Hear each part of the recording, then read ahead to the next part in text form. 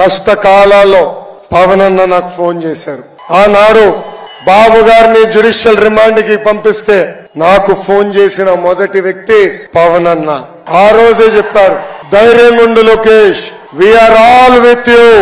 బాబు గారు ఇలాంటి తప్పు చేస్తారని ప్రజలు నమ్మరు, ముందలకెళ్ళని చెప్పారు. కానీ బాబు గారిని ఆ రాజమండ్రి జైల్లో చూస్తే చాలా బాధ కలిగింది.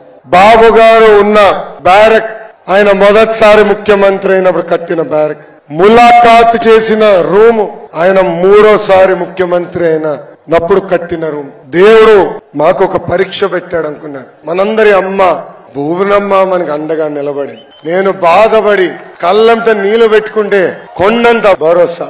వెనకాల నుంచి ఎల్లు, భయపడొద్దు, ముందరికి నాడు, ఇంటికి రావద్దు, పోరాటం పూర్తయిన తర్వాతనే గర్భ తక్కువ అని భువనమ్మ నాకు ముందరికి పంపించింది. ఈ రోజు ఇంటికి వెళ్తే విచిత్రమైన పరిస్థితులు ఉన్నాయి. మొన్న తుఫాన్ వస్తే ఒక రోజు బ్రేక్ వచ్చిందని ఇంటికి వెళ్ళా. దేవాంశ్ కూడా నన్ను చూసి ఇంట్లో ఏం చేస్తున్నావు, నడవాలి కదా నువ్వు అంటున్నాడు. అంటే ప్రజల కోసం, ప్రజల తరపున ఈ రోజు తెలుగుదేశం జనసేన పార్టీ పోరాడుతుంది. గత 4 సంవత్సరాలుగా ఎత్తిన పసుపు జెండా దించకుండా, మడమ తిప్పకుండా తెలుగుదేశం పార్టీకి కంచుకోటకి కాపలా కాసిన ప్రతి పసుపు కార్యకర్తని కాపాడే బాధ్యత నాది.